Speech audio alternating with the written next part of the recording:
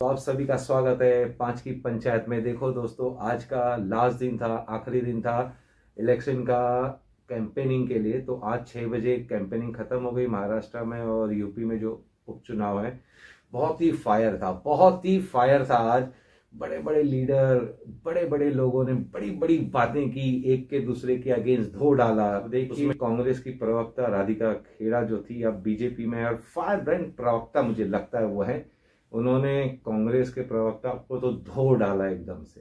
तो देखिए, फिर मिलते हैं आगे वीडियो में। Thank you.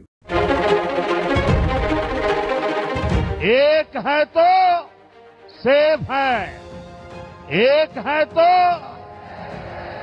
एक है तो एक है तो एक है तो सेफ है। एक कौन है? एक नरेंद्र मोदी जी हैं, अदानी जी हैं, अमित शाह जी हैं। सेफ है तो कौन सेफ है? अदानी जी सेफ हैं। कष्ट किसको होगा? धारावी की जनता को होगा। नुकसान किसका होगा? धारावी की जनता को होगा। जो हिंदुस्तान की स्मॉल और मीडियम इंडस्ट्रीज हैं, जिसका एक चिन्ह धारावी है, उसको एक व्यक्ति के लिए खत्म किया जाए। मैं बार बार आपसे कहता हूं कि बंटिए मत। उन्हीं से प्रेरणा ग्रहण करके मैं आपसे कहता हूं, बंटिए मत। क्योंकि जब भी बटे थे तो कटे थे।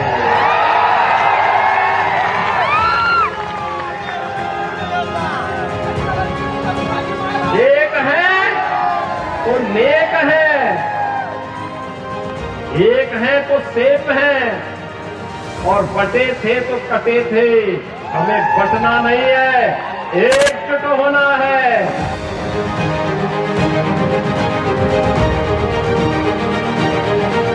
योगी आदित्यनाथ वो तो ऊपर से साधुओं का वेश खेलते हैं। अबे मुख में राम और बगल में छुरी कितने दिन चलाएंगे? क्योंकि जो साधु शब्द होता है वो सबके लिए होता है, बातों काटों में क्यों डर है? हाँ, लोगों को बोलते हैं बटेंगे तो कटेंगे, ये साधु का काम है। नाक बदलने काम है। अरे ये काम कोई टेररिस्ट बोलता है। मल्लिकार्जुन खड़गे जी का गांव आज के कर्नाटक के बीदर जनपद में बारावती गांव है, और बारावती गांव को 1947 में हैदराबाद के निजाम के रजाकारों ने जला दिया था। खड़गे जी की मां, उनकी चाची, उनकी बहन उसमें जल करके उनकी दुखद मृत्यु हुई थी। और जब मैं इसी के बारे में कहता हूं कि बटोगे तो कटोगे, तो खड़गे जी को बुरा लगने लगता है।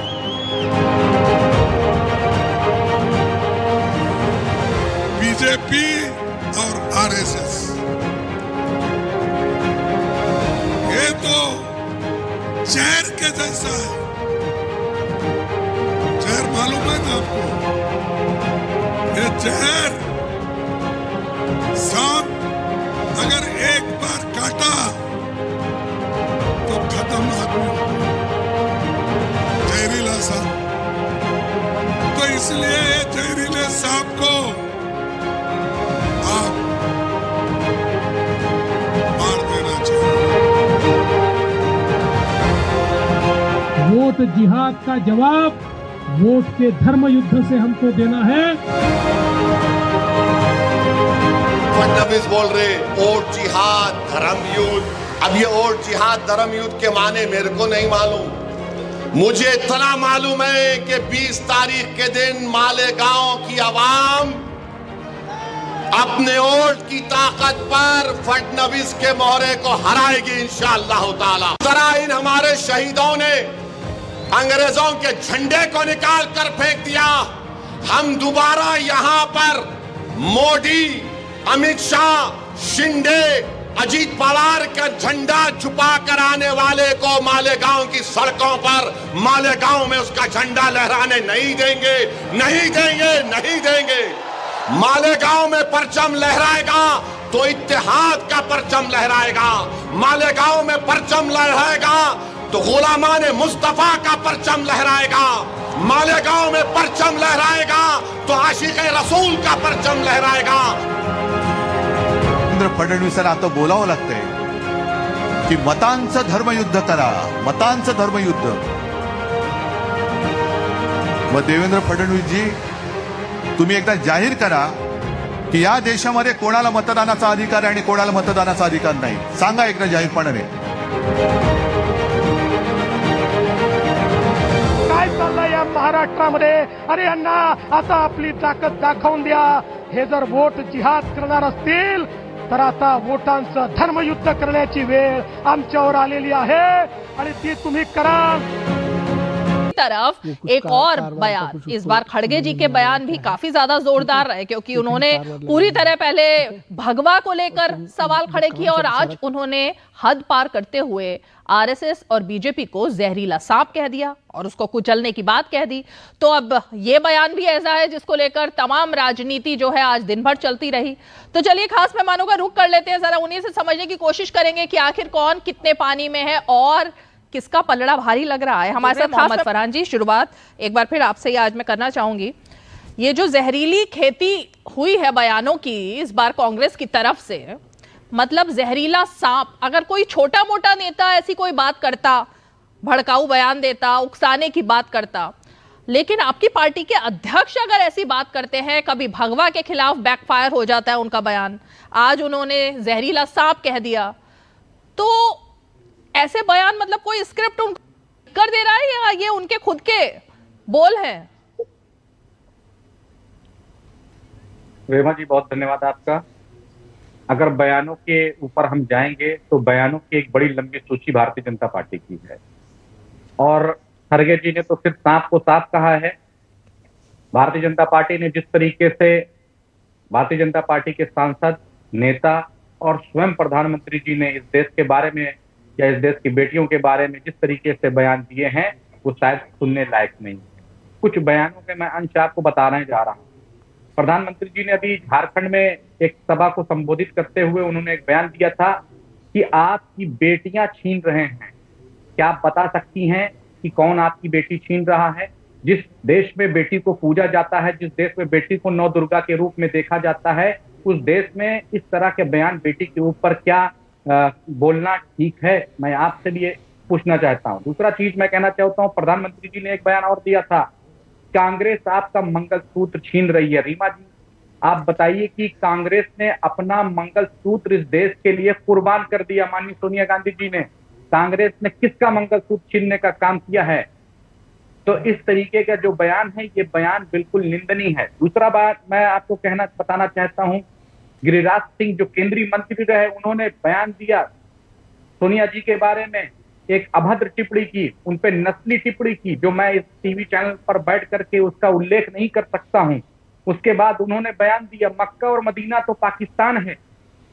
क्या इस्लाम धर्म के बारे में ऐसा बयान देना ठीक है? दूसरी चीज, मैं 1 मिनट, मुझे आप टाइम दीजिए रीमा जी। इसके बाद साध्वी प्रज्ञा जो भारतीय जनता पार्टी की सांसद रही, उन्होंने एक बयान दिया था और बयान देने के बाद उन्होंने इस बयान पर कभी माफी नहीं मांगी। उन्होंने कहा शहीद, उन्होंने हेमंत करकरे जी के बारे में क्या कहा था? पूरा देश जानता है कि हेमंत करकरे आतंकियों की गोली से नहीं, हमारे शराब से मरा है। एक जिसको आतंकी की गोली से शहीद होता है, एक हमारा पुलिस का भाई, उसको भारतीय जनता पार्टी के एक सांसद इस तरीके के अभद्र शब्द से संबोधित करती हैं। क्या ये शोभनीय था? सुन लीजिए, और लंबी फहरिस्त है, मैं पूरी सूची लेकर आया हूं बयानों। मैडम पूरी पढ़ने तो दीजिए। इसके बाद अरे सर, लंबी फहरिस्त सबके पास है, मेरे पास भी है। अभी तो मैं फहरिस्त के 2 ही शब्द में लेकर आई थी, उन पर आपने जवाब नहीं दिया कि भगवा से इस तरह का जो द्वेष है वो क्यों था, जो पूरे चुनाव में बैकफायर कर गया आपके खिलाफ। और दूसरा जहरीला सांप। अच्छा, मैं एक अंतिम बात, इसके बाद फिर मैं चुप हो जाऊंगा। आप बीजेपी के प्रवक्ता या जिसको चाहें उसका आह्वान कर सकती हैं। एक अंतिम, साक्षी महाराज जी ने देश के प्रधानमंत्री जी को कृष्ण कहा कि वो कृष्ण है, वो भगवान कृष्ण के रूप की तरह है। अब आप बताइए, चलिए मैं मान लेता हूं, मुझे कोई आपत्ति नहीं है उनको कृष्ण मानने में, अगर साक्षी महाराज जी कह रहे तो मैं मान लेता हूं।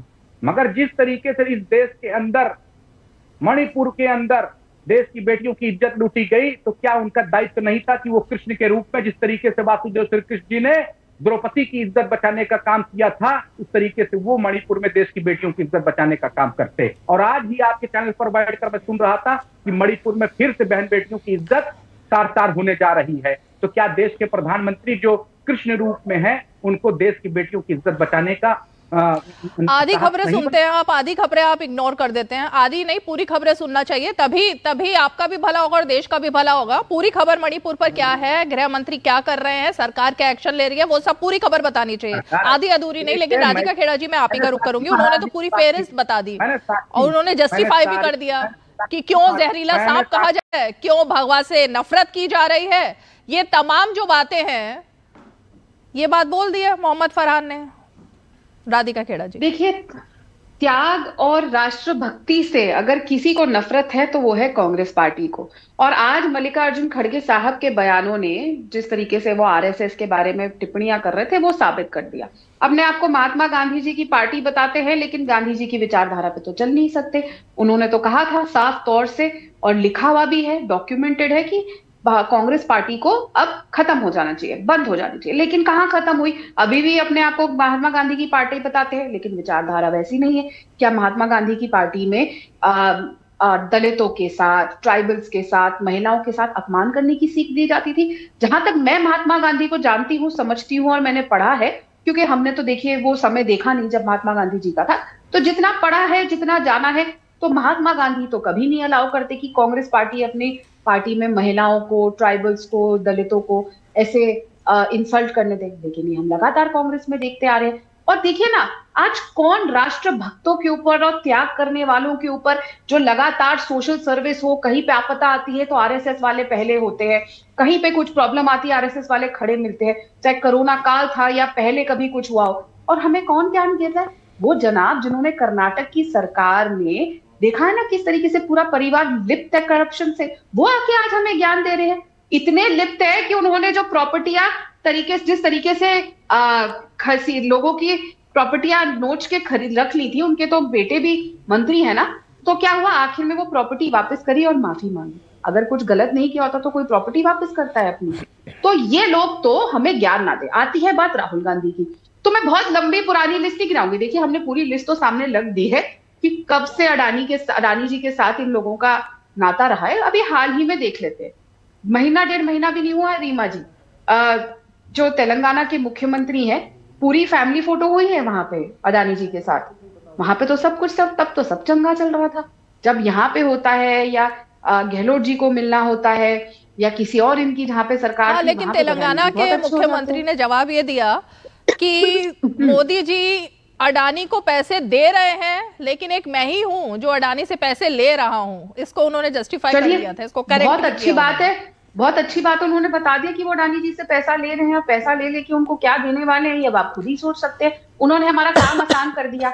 लेकिन रीमा जी, मैं आज आपको एक बात जरूर कहना चाहूंगी, ये दोनों जो खड़गे जी और राहुल जी की जोड़ी है ना, हम भारतीय जनता पार्टी के लोगों को इनसे कोई नाराजगी नहीं है, क्योंकि ये दोनों चाहे हैं कांग्रेस में, लेकिन स्लीपर सेल का काम कर रहे हैं हमारे लिए। हमारे सबसे बड़े प्रचारक जो हैं भारतीय जनता पार्टी के, जो स्टार कैंपेनर्स हैं, वो ये दोनों की स्वयं की जोड़ी है। क्योंकि ये जितना हमें कोसते हैं, जितना मोदी जी पर अटैक करते हैं, जितना आरएसएस पर अटैक करते हैं, उतनी हमारी वोट बढ़ती है। तो बहुत ही बढ़िया है ना। मेरे को तो मतलब ना, ये लोग अपनी खुद की गलतियों से, होता है ना कि एक इंसान सीख लेता है। रीमा जी, हम तो बचपन से गलती करते आए हैं, चाहे आप हो या मैं, सीख लेते आए हैं। पर ना खड़गे जी आज तक सीखे, और राहुल बाबा के तो क्या कहने, वो तो बड़े ही नहीं होते, वो तो कुछ भी नहीं सीखना चाहते। पता नहीं इनको रोज एक जयराम रमेश जी एक लिस्ट पकड़ा देते हैं कि आज इस मुद्दे पे बोलना है, आज उस मुद्दे पे बोलना है। पता ही नहीं, कुछ होता नहीं, कभी भी कुछ भी बोल सकता है। जो आदमी फैक्ट्रियों जलेबियों में फैक्ट्री में बना सकता है, जल्दी से रिप्लाई कीजिए क्योंकि पूरा कच्चा चिट्ठा सामने आ चुका है इतिहास का। तो ना 2014 से पहले अडानी को किसने बढ़ाया, 2014 से पहले किस किस के रिश्ते रहे, वो पूरी लिस्ट आप मेरी स्क्रीन पर देखिएगा, वो पूरा चल रहा है, तो उसमें कोई छुपा हुआ तथ्य नहीं है। ठीक है, जवाब दीजिए। ठीक है रीमा, आप अब देखिए, मैं अभी भारतीय जनता पार्टी की प्रवक्ता गांधी जी के बारे में बता रही थी कि उन्होंने गांधी जी को नहीं देखा है। ठीक है, आपने गांधी जी को नहीं देखा है, आप राहुल जी को देख लीजिए, बिल्कुल गांधी जी उन्हीं की तरह दिखाई देंगे। जिस तरीके से आज देश को बचाया है, जिस तरीके से नौजवानों को सेव किया है, वो गांधी जी के स्वरूप के रूप में है। ठीक है, दूसरी चीज सुन लीजिए, मैंने आपको सुना, आप भी धैर्य से सुनिए, आप भी धैर्य से सुनिए। अब मैं एक बात कहना चाहता हूं कि गांधी जी के इनके मुख से गांधी जी के बारे में बड़ा प्रेम और बड़ा आदर और बहुत सम्मान निकल रहा था। मैं इन्हीं से पूछना चाहता हूं कि इनकी ही सांसद रहते हुए उन्होंने बयान दिया था कि गोडसे तो देशभक्त है। क्या इस बयान भारतीय जनता पार्टी के एक सांसद ने ये बयान दिया था, साध्वी प्रज्ञा ने, कि गोडसे जो है वो देशभक्त है, और आज ये बैठ करके टीवी चैनल पर ये पूछ रहे हैं कि गांधी जी को तो मैंने नहीं देखा है, गांधी जी पता नहीं कैसे दिखते होंगे, या अब गांधी जी का क्या विचार रहा है। तो आपने गांधी को नहीं देखा है, क्यों इसलिए नहीं देखा है, ना गांधी को समझ पाएंगी, क्योंकि आपके अंदर विचारधारा गोडसे की है। आपके अंदर, सुनिए, आप गोडसे के फॉलोअर हैं। मोहम्मद फरहान, जो सवाल किया जाता है आप उस पर नहीं आएंगे क्या? अभी आज पूरा शो खत्म हो जाएगा, लेकिन मेरे जो सवाल है उनका जवाब नहीं देंगे आप। आपको जो बोलना है आप आज वही बोलने के लिए आए हैं। मैंने पहला सवाल किया, उस पर आपका जवाब नहीं आया, अभी दूसरा सवाल किया, आप उस पर भी जलेबी बना रहे हैं।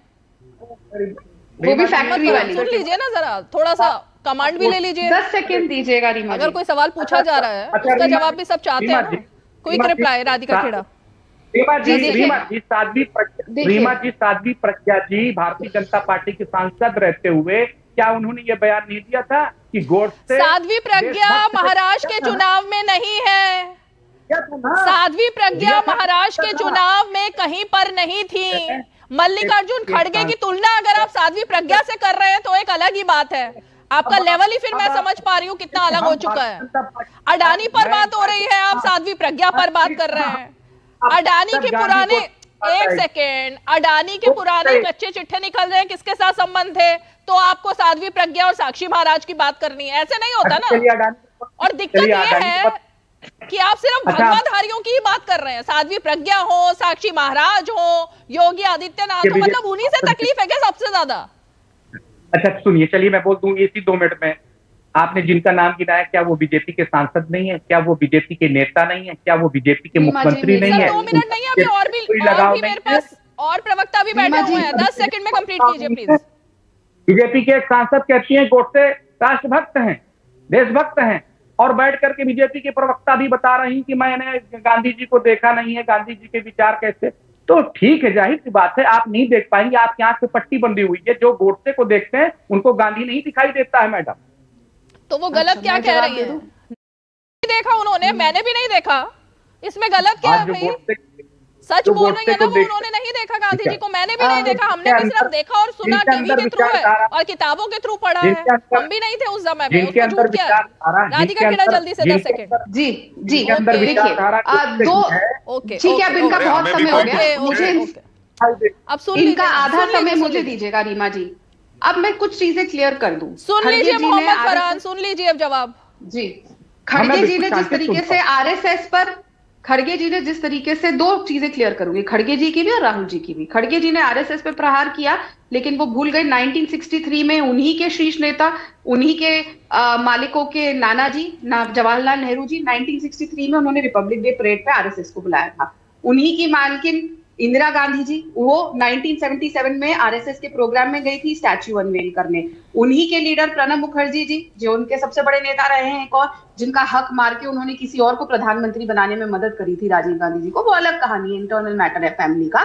लेकिन प्रणब मुखर्जी जी भी आरएसएस के प्रोग्राम में गए। तो आरएसएस का क्या संघर्ष रहा है और आरएसएस की क्या कॉन्ट्रीब्यूशन है, इनके शीर्ष नेताओं ने उसके ऊपर लगातार स्टैंप लगाया। अब आते हैं अडानी साहब पर। तो मुझे ये बताइए 2009 में मुंद्रा पोर्ट पे क्यों जीजा जी गए थे अडानी साहब से मिलने? ऐसा क्या रिश्ता है जीजा जी का?